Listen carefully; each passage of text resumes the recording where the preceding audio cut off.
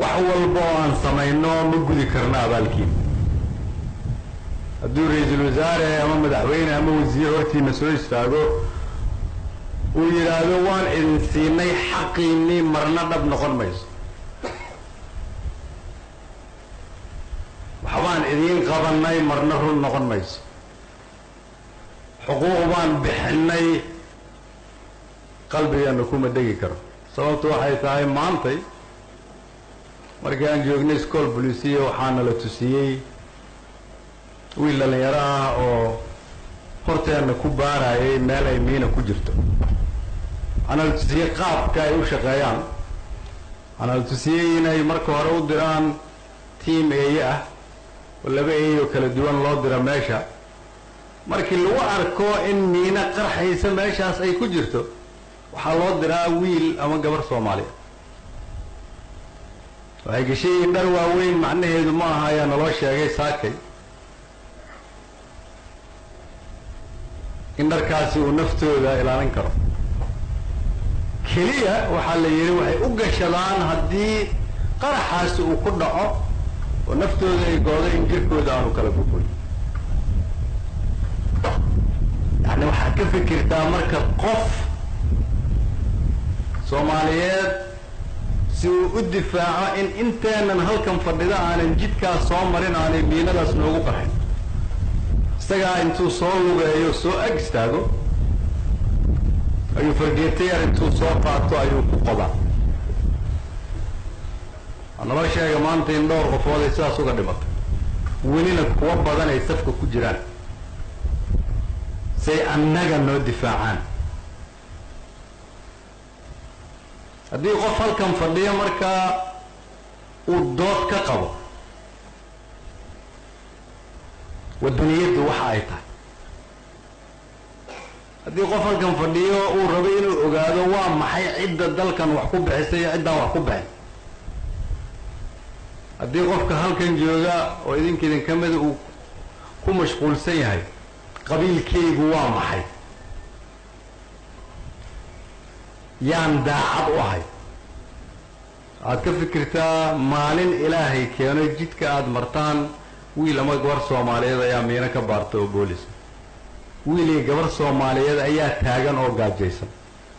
wiil iyo gabar soomaaliyeed ayaa loo diraa marka qarax ka dhaco inteena kale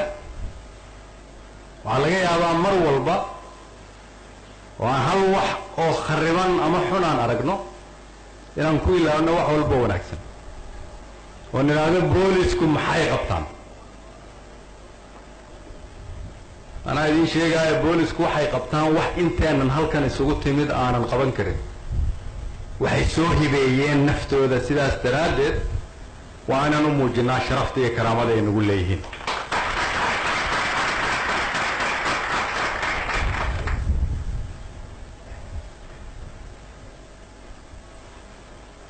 markaad is tiraahdo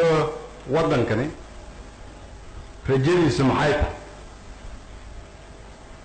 waxaad arkaysaa wiil soomaaliyeed oo aan maalmo wax cunin oo jidka taagan jenaraal mukhtaar habeen dhaweyd 8 saaca habeennimo ayaan u raacay magaalada mase 7 saaca habeennimo waxay igu soo wareejiyeen magaaladoo dhan iyaga iyo ciidamo kale meel qabow oo dhaxan ah ayay taagan yihiin jidgooyooyin kala duwan habeen 8 saac iyagoo ka fikiraya baabuur walboo soo mara inay baaraan qof walboo laga shakiyay inay ilaaliyaan si dadka halkan fadhiya iyo kuwa magaaladan jooga oo tv-ga nooga daawanaya naftooda ay u badbaadiyaan inteena badanna waxaa laga yaabaa jidka markaan ku soo marno iska daa inaan nidhaahdo waa mahadsan tihiine inaanan si wanaagsan ula hadlay qof walbo soomaaliyeed inuu ka fikira waayo waxay tahay maxaan anigu dalkayga ku tari karaa waxaa la caadaystay dhaqanka ah muxuu aniga dalkayga ugu tari karaa qof walba waa inuu isxisaabiyaa marka sidii 17 wiil iyo gabdhood oo 14 bishii halkaas ku geeriyooday si ay annaga noogu diyaariyaan meeshan aad ku qurux badan sida kuwa miinada baara sida kuwa maalin walba geeriyooda markaasay weliba waxay leeyihiin waxaan u dhimanaynaa dalkeena anigoo aaminsan inaadan haysanina agabka aada xaqa u leedihiin haddii aad tihiin ciidanka booliska soomaaliyeed haddana waxaan idin ballan qaadayaa in wax walbo oo aada xaq u leedihiin aada heli doontaan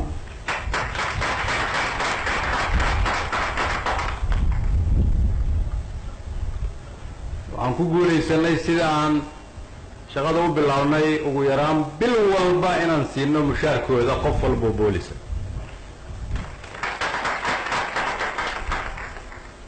waxaan ku guulaysanay inaan kala shaqeyno inaan u dhammaystirno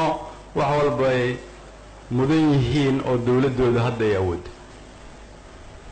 laakiin waxaan aaminsanahay inaanan siin waxa ay xaqa u leeyihiin sababtoo marka la fiiriyo mushaarkooda intuu yahay qalabka ay haystaan sida uu yahay steeshinada ay joogaan sida ay yihiin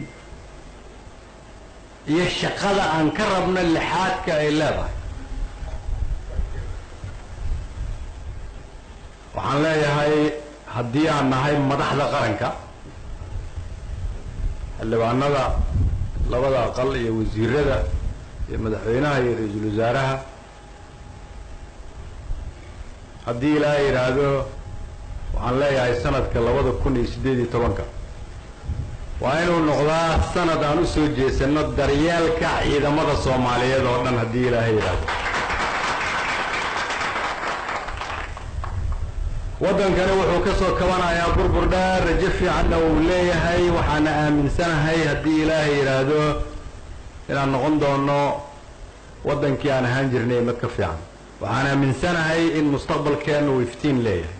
waxaan aaminsanahay in 75% dhalinyarada Soomaaliyeed oo dalkan iyagoo xaq u leh ay mar dhow nagala wareegi doonaan waddankay xaq u lahaayeen oo aan waqti hore ku guulaysan aan soo celin si taasi haddaba ay u hirgasho waxaan ka shaqayn doonaa haddii ilaahay yidhaahdo bilaha iyo sanadaha soo socda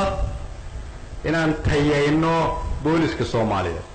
inaan siino agabkay u baahan yihiin tababarkay u baahan yihiin tirada ay u baahan yihiin iyaguna haddii ilaahay yidhaahdo ay noqdaan soo celinayaa iyaguna haddii ilaahay yidhaahdo ay noqdaan mustaqbalka dhow